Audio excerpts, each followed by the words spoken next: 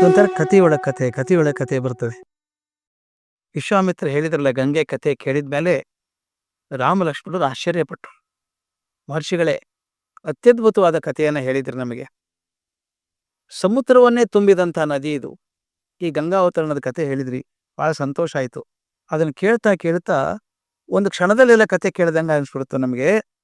ರಾತ್ರಿ ಆಗ್ಬಿಡ್ತು ಈಗ ಅಂತ, ನಿದ್ರೆ ಮಾಡಿ ಅಂತ ವಿಶ್ವಾಮಿತ್ರರು ಮಲ್ಕೊಂಡ್ರು. ಆದರೆ ರಾಮ ಲಕ್ಷ್ಮಣ ನಿದ್ದೆ ಬರಲಿಲ್ಲ.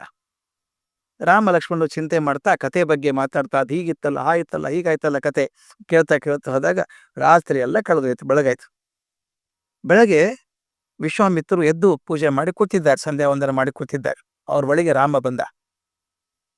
ಸ್ವಾಮಿ, ನಿನ್ನೆ ರಾತ್ರಿ ಎಲ್ಲ ನೀ ಕತೆ ಹೇಳಿದ್ರಲ್ಲ, ರಾತ್ರಿ ಅದೇ ವಿಚಾರ ಮಾಡಿದ್ವಿ ನಾವು, ನಾನು ನನ್ನ ತಮ್ಮ ಅದೇ ವಿಚಾರ ಮಾಡ್ತಾ ಮಾಡ್ತಾ ರಾತ್ರಿ ಎಲ್ಲ ಪೂರ್ತಿ ಕಳೆದೋಯ್ತು. ಕೇಳಬೇಕಾದ ಕಥೆಯನ್ನೆಲ್ಲ ಕೇಳ್ದಂಗಾಯ್ತು. ಈಗ ಗಂಗಾ ನದಿ ದಂಡೆ ಮೇಲೆ ಇದ್ದೀವಿ ನಾವೀಗ. ಈ ತ್ರಿಪಥಗ ಅಂತಿದೆಯಲ್ಲ, ನದಿ ಇದೆಯಲ್ಲ, ಮೂರಕ್ಕೆ ಹರಿಯುವಂಥ ನದಿ ಇದೆಯಲ್ಲ, ಪುಣ್ಯಕರವಾದಂಥ ನದಿ ಇದು. ಇದನ್ನು ದಾಟೋಣ, ನೀವು ದಾಟಿಸ್ಬೇಕು ಅಂತ ಹೇಳಿ ಪುಣ್ಯಾತ್ಮರಾದ ಋಷಿಗಳು ಒಂದು ನೌಕೆಯನ್ನು ತಂದಿದ್ದಾರೆ. ಒಳ್ಳೆ ಸುಖಾಸನಗಳನ್ನೆಲ್ಲ ಮಾಡಿದ್ದಾರೆ. ಸಜ್ಜಾಗಿ ನಿಂತಿದೆ, ಹೋಗೋಣ ಬನ್ನಿ ದಾಟೋಣ ಅಂತ. ವಿಶ್ವಾಮಿತ್ರರು ಋಷಿಗಳ ಜೊತೆಗೆ ನೌಕೆಯಲ್ಲಿ ಕುಳಿತು, ನಾವಿಕರ ಜೊತೆಗೆ ನದಿಯನ್ನು ದಾಟಿದ್ರು. ನದಿ ಉತ್ತರ ತೀರವನ್ನು ಮುಟ್ತು. ಋಷಿಗಳಿಗೆ ವಂದನೆ ಮಾಡಿ ಮತ್ತೆ ಮುಂದೆ ಹೋಗ್ತಾ ಇದ್ರು ವಿಶ್ವಾಮಿತ್ರರು, ರಾಮಲಕ್ಷ್ಮಣರು. ಅದು ನಗರ ಬಂತು. ಆ ನಗರದ ಹೆಸರೇನು ಅಂತ ಕೇಳಿದ ರಾಮ. ವಿಶ್ವಾಮಿತ್ರ ವಿಶಾಲ ಅನ್ನುವಂಥ ನಗರ ಇದು. ಎಷ್ಟು ಅದ್ಭುತವಾಗಿತ್ತು ನಗರ ಅಂದ್ರೆ, ಸ್ವರ್ಗ ಸದೃಶ್ಯವಾಗಿತ್ತಂತೆ, ಸ್ವರ್ಗ ನೋಡ್ದಂಗೆ ಆಗ್ತಿತ್ತಂತೆ. ಅದನ್ನ ನೋಡಿ ನೋಡಿ ರಾಮಗೆ ಆಶ್ಚರ್ಯ ಆಯ್ತು. ಮುನಿಗಳೇ, ಈ ವಿಶಾಲ ನಗರ ಯಾವುದಿದು? ಇಲ್ಲಿರ್ತಕ್ಕಂಥ ರಾಜ ಯಾರು?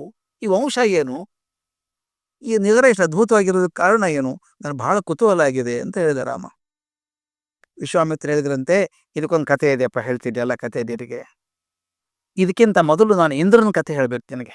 ಇಂದ್ರ ಯಾರು ಅಂತ ಹೇಳಬೇಕು. ಆ ಕಥೆ ಹೇಳೋದಾಗಲ್ಲ. ಹಿಂದೆ ಕೃತಯುಗದಲ್ಲಿ ದಿತಿ ಮತ್ತು ಅದಿತಿ ಅಂತ ಇದ್ರು. ಆ ದಿತಿ ಮತ್ತು ಅದಿತಿಗಳಿಗೆ ಬೇಕಾದಷ್ಟು ಜನ ಮಕ್ಕಳಿದ್ರು. ಪರಾಕ್ರಮಶಾಲಿ ಆದಂಥ ಮಕ್ಕಳು. ಅದಿತಿ ಮಕ್ಕಳು ಧಾರ್ಮಿಕರು, ಈ ದಿತಿ ಮಕ್ಕಳು ರಾಕ್ಷಸರು. ದಿತಿ ಮಕ್ಕಳು ರಾಕ್ಷಸರು, ಅದಿತಿ ಮಕ್ಕಳು ಒಳ್ಳೆ ಸಜ್ಜನರು. ಅವರನ್ನು ದೇವತೆಗಳು ಅಂತ ಕರಿಬಹುದು. ಹೀಗಿರುವಾಗ ಈ ಅದಿತಿ ಮಕ್ಕಳಿಗೆ ಚಿಂತೆ ಬಂತು. ನಾವು ಹೇಗಿದ್ರು ವಯಸ್ಸಾಗತ್ತೆ, ರೋಗ ಬರುತ್ತೆ, ಸಾಯ್ತದೆ. ಈ ವಯಸ್ಸಾಗೋದು, ರೋಗ ಬರೋದು, ಸಾಯೋದು, ಈ ಮೂರರಿಂದ ಮುಕ್ತಿ ಸಿಗುವಂಥದ್ದು ಏನಾದರೂ ಇದೆಯಾ? ಶಾಶ್ವತ ಆಗ್ಬಿಡ್ತೀವಲ್ಲ, ಹಂಗಾಗ್ಬಿಟ್ರೆ ನಾವು, ಹಂಗಾಗುವಂಥದ್ದು ಏನಾದರೂ ಇದೆಯಾ? ಅದು ಹೇಗೆ ಸಾಧ್ಯ ಅಂತ ವಿಚಾರ ಮಾಡಿದ್ರು. ಯಾರೋ ಹೇಳಿದ್ರಂತೆ, ಸಮುದ್ರದಲ್ಲಿ ಆ ರಸಾಯನ ಇದೆ, ಆ ಅಮೃತ ಅಂತ ಬರುತ್ತೆ, ಅದನ್ನು ತೊಗೊಂಡ್ರೆ ನಿಮ್ಗೆ ಸಾವೇ ಇಲ್ಲ. ನಿಮಗೆ ರೋಗ ಬರಲ್ಲ, ಮುಪ್ಪಾಗಲ್ಲ, ಸಾವು ಬರಲ್ಲ. ತೆಗಿಬೇಕಾಗಾದ್ರೆ ಅದನ್ನು ಹೇಗೆ ಸಮುದ್ರ ಕಡಿಬೇಕು. ಹೆಂಗೆ ಕಡಿಯೋದು? ಆಯ್ತು, ದಿತಿ ಮಕ್ಕಳು ಒಂದ್ ಕಡೆಗೆ, ಅದಿತಿ ಮಕ್ಕಳು ಒಂದ್ ಕಡೆಗೆ, ಅಂದ್ರೆ ದೇವತೆಗಳು ಒಂದ್ ಕಡೆಗೆ, ರಾಕ್ಷಸರು ಒಂದ್ ಕಡೆಗೆ ನಿಂತ್ಕೊಂಡ್ರು. ಹಗ್ಗ ಬೇಕಲ್ಲಪ್ಪ, ಏನ್ ಮನೆ ಮಜ್ಜಿಗೆ ಕಡಿಯೋದ ಇದು? ದೊಡ್ಡ ಸಮುದ್ರ ಕಡಿಬೇಕು. ಏನ್ ಮಾಡಿದ್ರೆ ಗೊತ್ತಾ? ದೊಡ್ಡ ವಾಸುಕಿ ಅಂತಿತ್ತಲ್ಲ, ಹಾವು, ದೊಡ್ಡ ಹಾವು ವಾಸುಕಿ, ಅದನ್ನೇ ಹಗ್ಗ ಮಾಡಿಕೊಂಡ್ರು. ಮಂದಾರ ಪರ್ವತ, ಆ ಮಂದಾರ ಪರ್ವತವನ್ನೇ ಕಡಗೋಲಾಗಿ ಮಾಡ್ಕೊಂಡ್ರು. ಕಡಿಬೇಕಲ್ಲ, ತಿರುಗಿಸ್ಬೇಕಲ್ಲ, ಅದನ್ನ ಹಗ್ಗಬೇಕಲ್ವಾ? ವಾಸುಕಿ ಹಗ್ಗ ಆಯ್ತು, ಈ ಮಂದಾರ ಪರ್ವತ ಕಡಗೋಲಾಯ್ತು. ಹಾಗೆ ಹೇಳೋಕೆ ಶುರು ಮಾಡಿದ್ರು ಆ ಕಡೆ ಈ ಕಡೆ. ಎಳೆಯವ್ರ ಜನ ಹೇಳಿದ್ರು, ವಾಸುಕಿ ಗತಿ ಏನು ಸ್ವಾಮಿ? ಅದು ಹಗ್ಗ ಅಲ್ಲ, ನಿರ್ಜೀವ ವಸ್ತು ಅಲ್ಲ, ಪಾಪ ಪ್ರಾಣಿ ಅದು. ಹಾಕಿ ಎಳಿತಾ ಇದ್ರು ಆ ಕಡೆ ಈ ಕಡೆ, ಸಾವಿರಾರು ಜನ ಎಳಿತಾ ಇದ್ರೆ ತಿಕ್ಕು ಉಜ್ಜಿ ಉಜ್ಜಿ ಉಜ್ಜಿ ಉಜ್ಜಿ ಪರ್ವತಕ್ಕೆ ಉಜ್ಜಿ ಉಜ್ಜಿ, ಅದೇ ಸಾಫ್ಟ್ ಅದು, ಬೆಟ್ಟಕ್ಕೆ ಉಜ್ಜೋದು ಕಷ್ಟ ಆಗ್ತಿತ್ತು, ಭಾಳ ನೋವು ಆಗ್ತಿತ್ತು. ಅದಕ್ಕೆ ಸಿಟ್ಟು ಬಂದು ಅದಕ್ಕೆ ಹಸಿರು ತಡಿಲಾರದೆ ಹೆಡೆಗಳಿಂದ ವಿಷ ಕಕ್ತಾ ಇತ್ತು, ಬಂಡೆಗಳಿಗೆ ಕಚ್ಚಿಬಿಡ್ತು. ಕಚ್ಚಿದ ತಕ್ಷಣ ಅದ್ರ ಬಾಯಿಂದ ಒಂದು ಕೆಟ್ಟ ವಿಷ ಬಂದ್ಬಿಡ್ತು, ಭಾರಿ ಘೋರ ವಿಷ. ಆ ಇಡೀ ಭೂಮಿಯನ್ನು ಸುಟ್ಟು ಹಾಕ್ಬಿಡ್ತದೆ ಅಂತ. ದೇವಾಸುರ ಮನುಷ್ಯ ಎಲ್ಲ ಲೋಕಗಳನ್ನು ಆವರಿಸ್ಬಿಡ್ತು. ಮುಗಿತೀನ, ಜಗತ್ತೇ ಮುಗಿದು ಹೋಯ್ತು ಅನ್ಸ್ಬಿಡ್ತು. ಹಲ ಹಲ ಅಂತ ವಿಷ ಅದು, ಅಂತ ವಿಷ ಬಂದ್ಬಿಡ್ತು. ಏನ್ ಮಾಡ್ಬೇಕು? ಎಲ್ಲ ದೇವತೆಗಳು ಹೋಗಿ ಈಶ್ವರ ಮುಂದೆ ನಿಂತ್ಕೊಂಡ್ರು, ತ್ರಾಹಿ ತ್ರಾಹಿ, ನೀನೇ ಪಾರು ಮಾಡ್ಬೇಕಪ್ಪ, ಮತ್ತೆ ಯಾರು ಮುಕ್ತಿ ಕೊಡೋಕೆ ಸಾಧ್ಯ ಇಲ್ಲ ಅಂತ ಬೇಡ್ಕೊಂಡ್ರು. ಆಗ ವಿಷ್ಣು ಬರ್ತಾನೆ. ವಿಷ್ಣು ಶಂಖಚಕ್ರ ಗದಾ ಪದ್ಮಗಳಿಂದ ಬಂದು ಈಶ್ವರನಿಗೆ ಹೇಳ್ತಾನೆ, ದೇವತೆಗಳು ನೀನೇ ಶ್ರೇಷ್ಠಪ್ಪ, ನಿನ್ನ ಹೊರತಿನ ಯಾರೂ ಮಾಡೋಕೆ ಸಾಧ್ಯ ಇಲ್ಲ, ಇದನ್ನ ದಯವಿಟ್ಟು ನೀನೇ ಪರಿಹಾರ ಮಾಡಬೇಕು ಅಂದಾಗ ಹೇಳಿದಲ್ಲ ಬೋಲಾ ಶಂಕರ, ಆಯ್ತು, ಜಗತ್ತಿಗೆ ಒಳ್ಳೇದಾಗ್ತದೆ ಆಗಲಿ ಅಂತ ಹೇಳಿ ಆ ಇಡೀ ವಿಷವನ್ನು ಸ್ವೀಕಾರ ಮಾಡ್ತಾನೆ. ನುಂಗಿ ಕಂಠದಲ್ಲಿ ಇಟ್ಕೋತಾನೆ. ಅದಕ್ಕೆ ಈಶ್ವರಿಗೆ ವಿಷಕಂಠ ಅಂತ ಹೆಸರು, ನೀಲಕಂಠ ಅಂತ ಹೆಸರು. ವಿಷ ಇರೋದ್ರಿಂದ ನೀಲಿ ಆಯ್ತು ಕುತ್ತಿಗೆ ಅಂತ, ಕುತ್ತಿಗೆ ನೀಲಿ ಆದ್ದರಿಂದ ನೀಲಕಂಠ ಅಂತ, ಕುತ್ತಿಗೆಯಲ್ಲಿ ವಿಷ ಇರೋದ್ರಿಂದ ವಿಷಕಂಠ ಅಂತ ಹೆಸರಾಯ್ತು ಅವನಿಗೆ. ಹಾಲ ಅಮೃತದ ಕುಡಿದು ಕೂತ್ಕೊಂಡ್ಬಿಟ್ಟ, ಇಡೀ ಜಗತ್ತನ್ನು ಕಷ್ಟದಿಂದ ಪಾರು ಮಾಡಿದ. ನಾವು ಸುಮ್ಮನೆ ಹೇಳ್ತೀವಿ ಈಶ್ವರ ಪ್ರಪಂಚವನ್ನ ನಾಶ ಮಾಡುವಂಥವನು ಅಂತ. ಸೃಷ್ಟಿ ಸ್ಥಿತಿ ಲಯ ಪ್ರಳಯಕ್ಕೆ ಕಾರಣ ಆಗೋನು ಈಶ್ವರ ಅಂತ. ಶಿವ ಮಂಗಳಕರವಾದಂಥವನು, ಜಗತ್ತಿಗೆ ಒಳ್ಳೇದು ಮಾಡುವಂಥವ್ರು. ಅವನು ವಿಷವನ್ನು ಜಗತ್ತಿನ ಒಳ್ಳೇದಕ್ಕೋಸ್ಕರ ನುಂಗಿ ತಾನು ಕೂತ್ಕೊಂಡ. ಎಂತ ಅದ್ಭುತ ಚಿತ್ರ. ಅದಾದ್ಮೇಲೆ ಮತ್ತೆ ಕಡಿಯೋಕೆ ಶುರು ಮಾಡಿದ್ರು. ಈ ಮತ್ತೊಂದು ಸಮಸ್ಯೆ ಬಂತು. ಕಡಿಬೇಕಾದ ತಲೆಗೊಂದು ಏನಾದ್ರು ಬೇಕಲ್ಲ.